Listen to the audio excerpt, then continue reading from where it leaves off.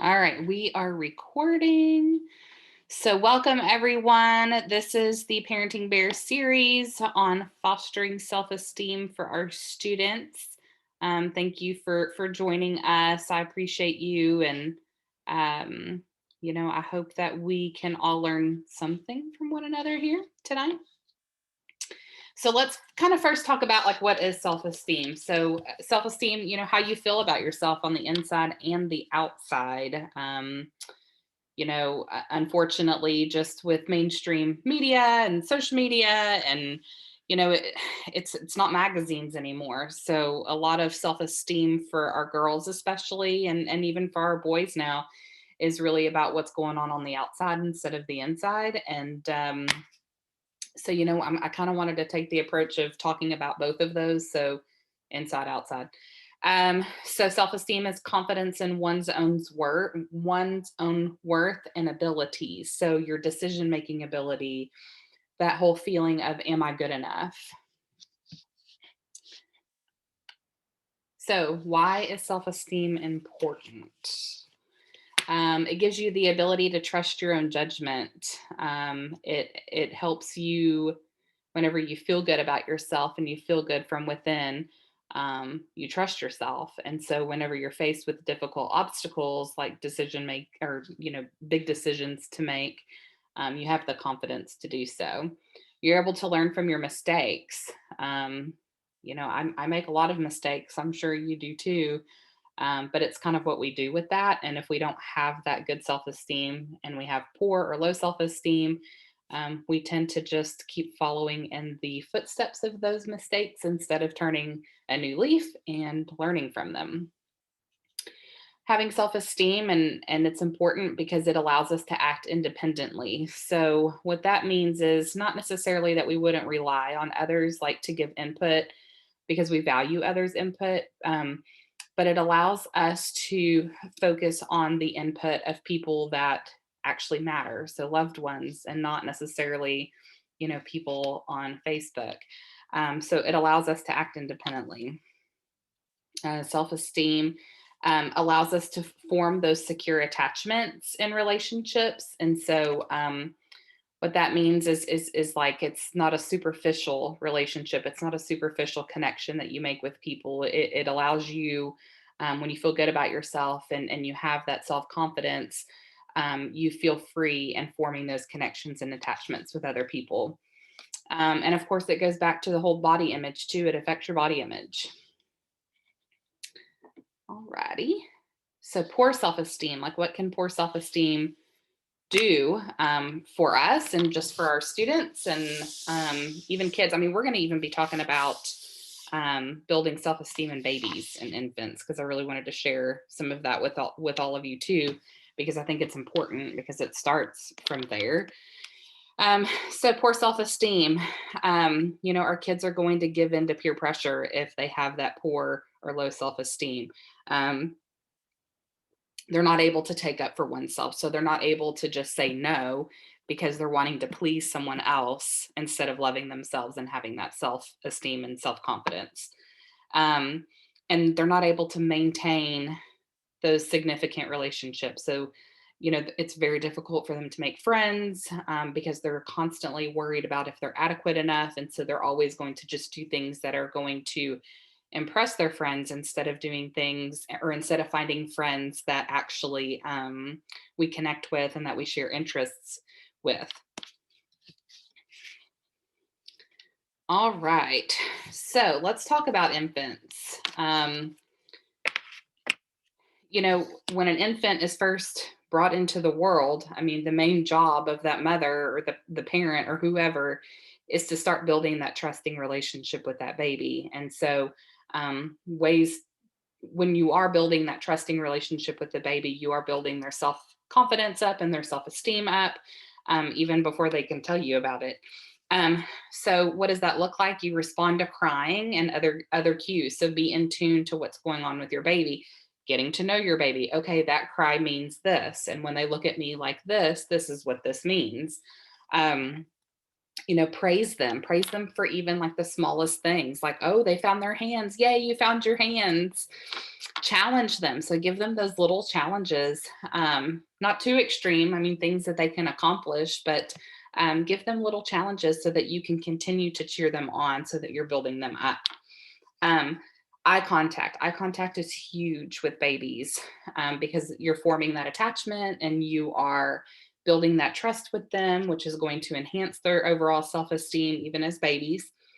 And then you're kind of going into like your soft facial expression. So I'm sure if you have toddlers or something of that nature, I mean, it's very difficult because you are sometimes having to get onto your toddler and then have to turn around and look at your baby again. So you need to make sure that you're smoothing out your facial expression um, and just having that calm tone with your baby. So let's talk a little bit about toddlers. So everyone on here has had a toddler, so you've heard the whole like, let me do it myself, right? They want to do it themselves.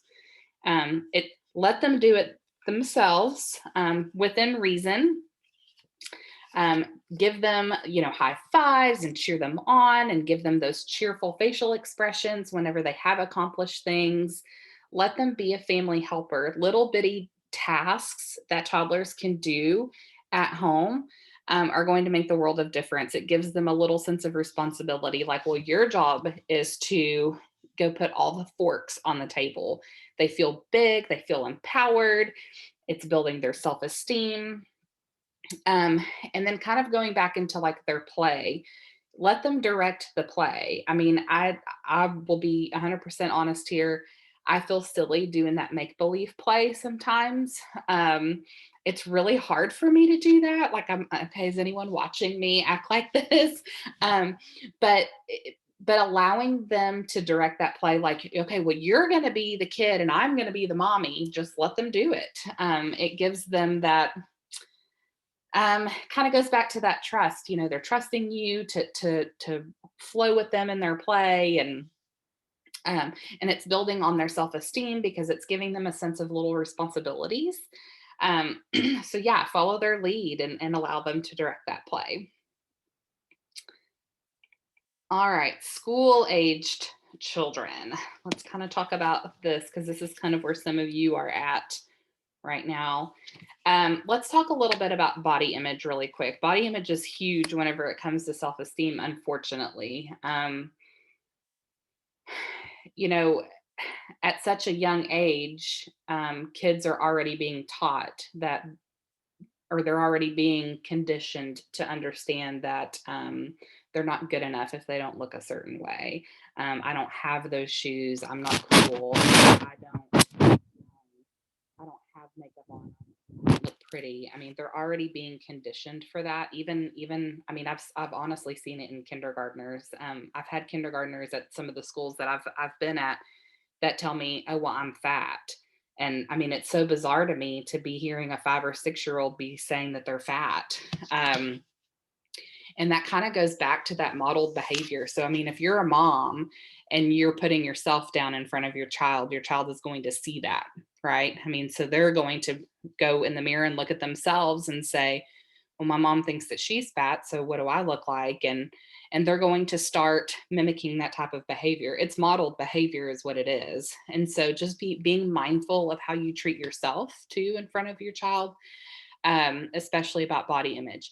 If you do, because some of our little babies, they like to, snack and sit in front of the TV. I understand that. But if you do start having some health concerns about your little one, just start kind of being mindful of transitioning into more healthier snacks and getting more physical activity, talking to your pediatrician about it, instead of talking about like how they actually look.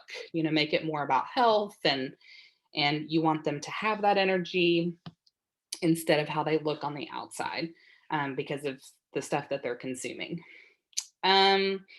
So let's kind of go back to the chores thing again. I work with a lot of students that they don't. One of the things that I have to tell parents is, or that I like to tell parents is, give them chores. I mean, kids want chores. I know that sounds weird, but they really truly do. They want that sense of responsibility. They want to own it, right? So I mean, if their chore is taking out the little trash can thing in the bathroom. So all the small trash cans in the house, that's their chore. No one else gets that chore but them. They're going to own it, that they want that sense of responsibility.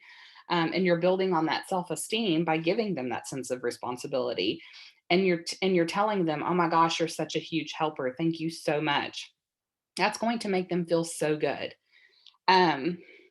So let's, I think that was it about the chores. I really just wanted to touch base on the chore thing because I think it's big for kids that are in the school aged, elementary type school. Because you kind of start looking at chores and stuff, when they're in fifth, sixth grade, but they really need to be having those small things to do whenever they're in pre-K and kindergarten too, because it's theirs. They can do it. Okay, teens. Teens are very hard to connect with these days, right? We got to speak their language. Okay. They do not want to have a face-to-face conversation with us. They don't. They want to have a text message conversation with you, or even like sending Snapchats back and forth. That's what they want to do, unfortunately. And so whenever you are speaking their language, it's going to make them trust you more, and it's going to make them want to come and talk to you more, so that you're able to boost that self-esteem for them. Acknowledge their strengths frequently. One of the things that I think is really awesome too is just praising on those efforts. So for example, my son tried out for the basketball team and he didn't make it. However, he went into that basketball tryout, has never played basketball before in his entire life, had been practicing, but he had never played before. And I just really told him just how brave he was just by going and actually even trying out. I mean, that was huge for him. That was huge for, a kid to take on a sport that he has never once played before in his entire life and go out there in front of other boys and try it. And so just praising them on the efforts of being brave, even if they didn't make the team, and even if they didn't accomplish the goal that they set out to do, just praising them on the ability to even set the goal, number one, because our teens don't set goals. So I mean, whenever they've actually set the goal, praise them on it, and just giving it their all. I mean, I think that they harp on the fact that the goal wasn't accomplished. And so then they get down on themselves quite a bit, instead of just being positive and saying, you know what, I gave it my all and I tried my best. Um, Another thing that I want to talk about real quick about the teens is the grades. I don't know how you guys feel about grades and stuff like that, but back whenever we were in school, we all kind of look around the same age. I'm just assuming here. When we were back in school, you either made A's, B's, C's. I mean, that was kind of it. And but now I really like for kids to understand that it's really not about the grade that's made. It's what you learned in that process. I mean, did you connect with your friends to get that schoolwork done? I mean, did you make that connection? I mean, that's huge if they're making connections and they're building relationships, and they're trying to kind of manipulate how to accomplish those goals instead of just worried about that grade. Did they give it their all? Did they try a different studying technique?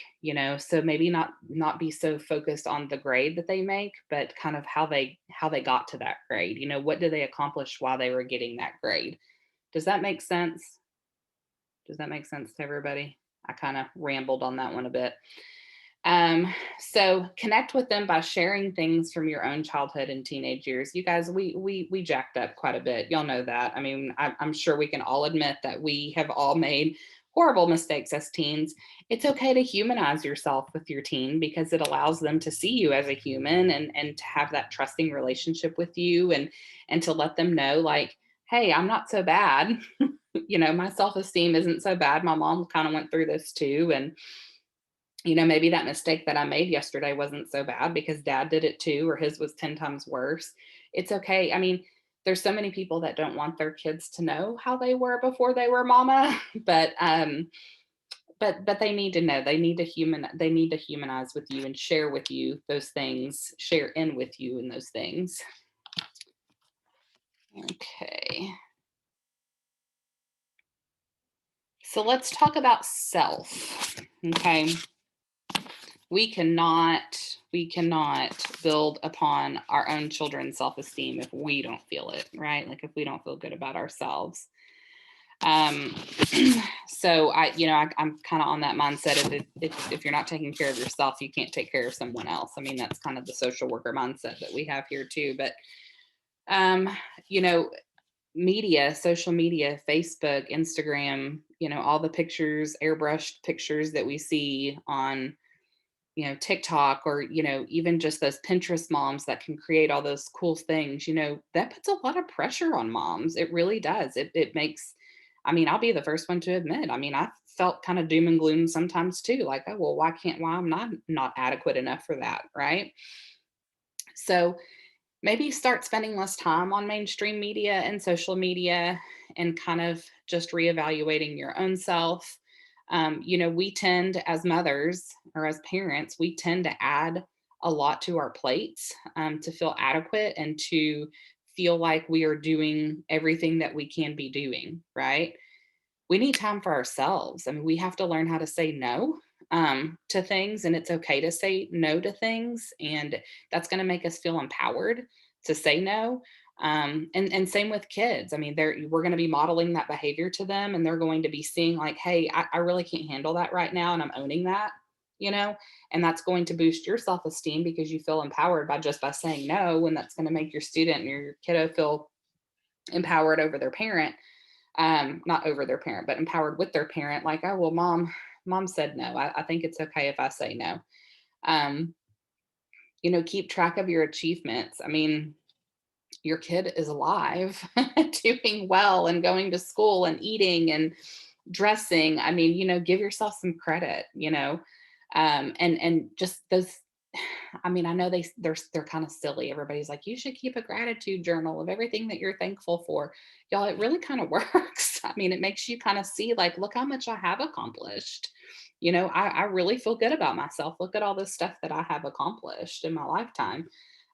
So just kind of keep track of those things instead of, comparing ourselves on social media. And last but not least, move your body. I mean, we know the science of that, right? You move your body, you start sweating, you've got your endorphins, you've got stuff going on, you feel good about yourself. I've never had a runner's high. I would like to do that one day, um, but I've heard that's really cool. I should do that. But yeah, move your body, get everything moving and feeling good, and you're going to feel good about yourself, right? So I just wanted to, I told y'all this was short and sweet. I wanted to leave y'all with just a couple of, I'm not going to play them because I'm going to let y'all kind of go on here and play them if you want to. But, there's those about me sentence completions that you can find on Pinterest that are really cool. I mean, you can even Google it, and, even just doing some of those each night with your kid. Like, I love me because blah, blah. I think I am pretty because blah, blah, and let them finish that sentence. Of course, there's books and videos out there. Talk to us, talk to the school counselors. And then there's some short little videos on here that I absolutely love just for parents. Well, I mean, the first one from Brene Brown, I don't know if you guys know who Brene Brown is, but she's really awesome. She's a social worker, and she teaches everyone about shame, okay, and kind of how to turn that shame around. And she's pretty awesome. You'll feel real good about yourself after you watch her video. And then of course the well-being for children. So what I would like to know though is, what do you guys currently do at home with your kiddos? Like, what have you done in past times? Like, what do you guys do to build upon that self-esteem with your own kids? I can share mine real quick. My daughter is Paisley. She is in third grade at Blue Haze. And something we've done since she was probably 2 and could start talking was I've made her repeatedly say her quote unquote sentences. And we do it every morning on the way to school. And so she has to say, I'm beautiful, I'm smart, I'm loved, and today's going to be a good day. And so that's something that I've just constantly repeated into her since she was 2 years of age. So now I just say, Paisley, I need your sentences, and it's just verbatim. And that just starts the day off in a positive note, and knowing that no matter what happens throughout that day, or someone makes her upset, she's still loved, she's still beautiful, she's still smart, and today is still going to be a good day. So that's kind of what we do. Does anybody else have anything they'd like to share? I'll share one thing that I just recently read. We constantly tell our kids we're proud of them, we're proud of them. And then I read it's important to make sure that they know that they should be proud of themselves. So I'm trying to kind of reframe that, like, instead of being like, I'm so proud of you, like, aren't you proud of yourself? So that's kind of a new little thing I'm working on, trying to change my verbiage and so that he knows he should be proud of himself. Well, and you can even turn that into like your own thing. Like, say you cooked a new dinner or something and everybody liked it. You can even say like, I am so proud of myself for cooking that dinner that everybody loved. Because then you're just modeling that behavior, right? I mean, you're modeling that verbiage for yourself, and you will feel good about yourself by saying, look at me. I just tried that new recipe. Does anybody else have anything? I know can y'all hear me? I'm Yeah. on my phone. So I know for like with my daughter, one of my kiddos, like she'll say a lot that she's not smart and her grades are not the best. But what I do always, but what I do is, of course, the first thing I say is, yes, you are. And I also remind her that, being smart is not necessarily what you know out of a textbook. And it's a lot of worldly things, in my opinion. And I will talk about, but you're awesome with people, and you are well liked, and you're fun, and you're friendly, and you have a great attitude, and things like that. That to me, character traits that are, more important, in my opinion, as far as getting you through life. And so I do share a lot. I try to reframe it whenever they're discouraged about, whatever quality it is. I try to, throw out things that I, recognize in them. Because maybe it may not be that, they're super book smart or whatever, but they all obviously have a list of, great qualities. But I did want to ask a question that doesn't pertain to that. Could you expound on when you talk about, how you should share your experiences, like whenever you were a teenager, which I agree with, and I do that. But in my opinion, sometimes parents can really overshare and go into way too much detail. So, and at what point, where is the boundary as far as your kid? Okay, let me give I'll give you, like, say you talk about like, and I know this isn't about self-confidence, but all of it does play in. Like, say a parent, tells their kiddo they were sexually active, or they drank, or did whatever, whenever they were teenagers, and they go into detail with that. I mean, sometimes I feel like it could be a pass to say, oh, my mom did that, or my dad, and they're fine now. So, I mean, but of course they don't realize what you went through. If that's the situation, they don't realize what you went through to get to where you're at now. So where's that balance? I mean, I'm glad that you brought that up, because I probably should have kind of talked about boundaries there in that section. Because it is very easy to kind of go off into a tangent with your kid and to kind of figure out where that blurred line is, because you do want to humanize yourself, but at the same time, you're still the parent, right? And so, if you're, say, for example, your kid, got drunk one weekend, and so he's in trouble now because you found out about it or whatever. I mean, I think it's okay to say, well, I did some stupid stuff too. I made some stupid mistakes too. But what I did with that mistake is I learned from it. And so really kind of maybe not going into detail about what your experience might have been, but more or less going into detail about what you learned from that experience, if that makes sense. That's good. Right. Can I add something to that? I think when you are talking about your experiences, it opens up that line of communication. And for those of you who know me, know I'm really big on having that communication with our kiddos. And so we want them to be able to come to us when they make mistakes, so that we can positively redirect them into the best way possible and make them the best productive members of society as a whole. And so that just having that conversation will just open up that line of communication, and knowing that you're nurturing in that moment, and knowing that you understand their feelings and not so the reasonings why, but that's just going to benefit you as they continue to get older. And I'm not saying don't start these conversations with someone who's in elementary school, of course, but you can humanize, just as Jenna said, based on that experience in that age level and what's appropriate for them in that moment. Sorry, hopefully that made sense. I think it does too, because with my teenager, I want, if something bad happens, if he's in a bad situation, I want him to think, I need to call my mom, not, oh my gosh, I hope my mom doesn't find out.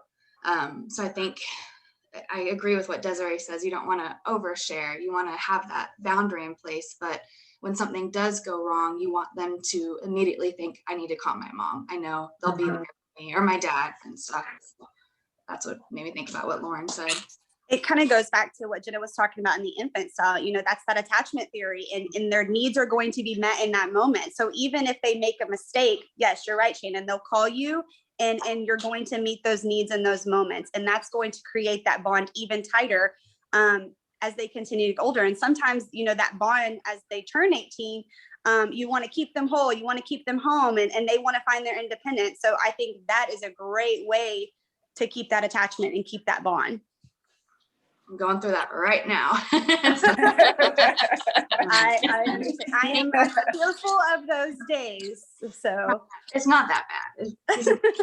It's just hard on a mom. yeah, absolutely. Well, I mean, you've done your job right. If if they are confident to leave the nest, and to start embarking on their own journey, you've done your job right, and they have the confidence to do so. And that's pretty cool. That's really cool. And you should be proud of yourself for that, and verbalize that you're proud of yourself for that. I feel proud of myself for that. Yes. Yes. So does anybody else have any rituals that they do with their kiddos to kind of just boost up that self-esteem that they want to share? All right. Well, and I just really think, and you may have already touched on this, I really think just showing that affection with your kids,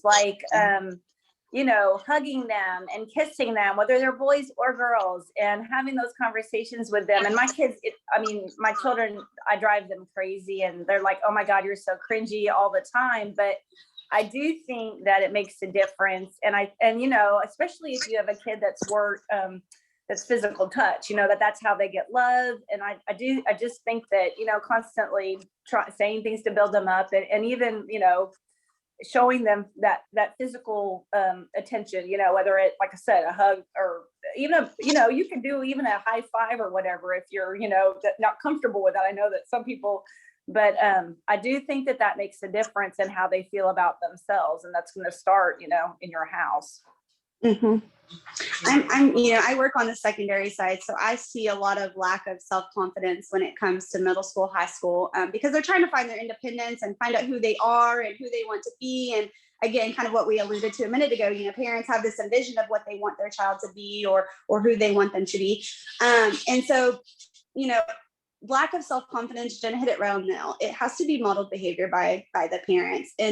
And when they're having those down moments, or when they're experiencing some depression or some mental health issues, in that moment, that's when they need you the most. Not, oh no, you're fine, it's going to be okay. No, emphasize or I'm looking for the word empathy. Empathize with them and tell them that you understand and that you're going to do everything you can to support them. That's going to build their self-confidence more than anything.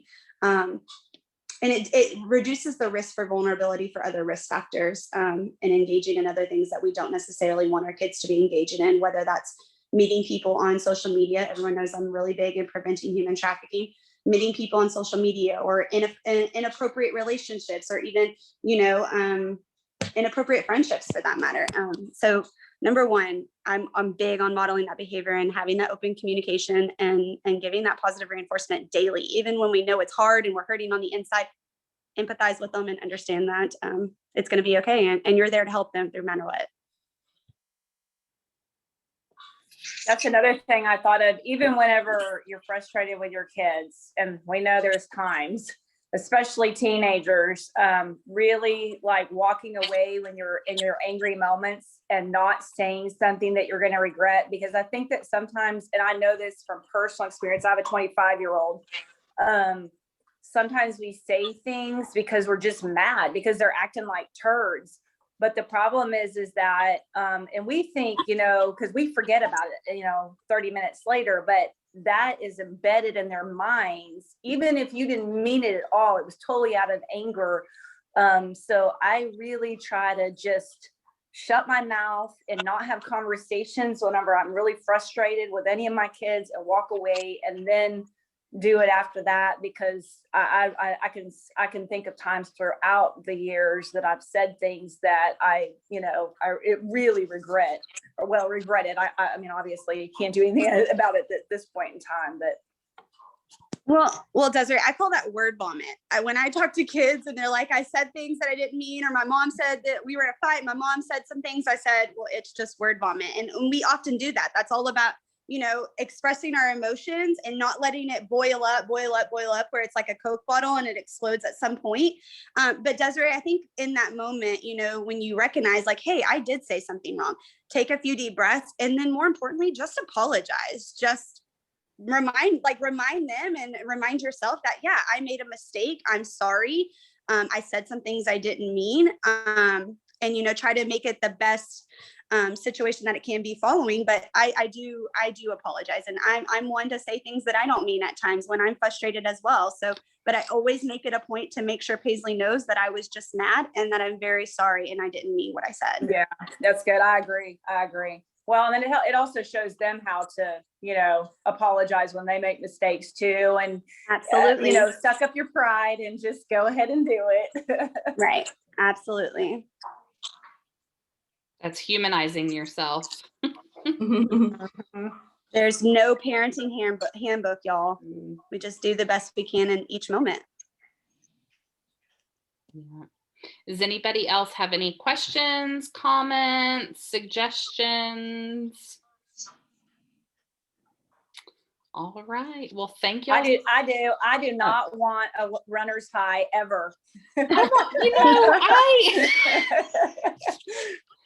just want to see what it feels like. Just had to, state my. Because maybe if I get one, then I'll want another one, and then I'll actually move my body like I told y'all to. Okay, well, I'll cheer you on, girl. All right. Well, thank y'all so much, and have a good evening. Okay. Bye, guys. Good night. Well, have a good night.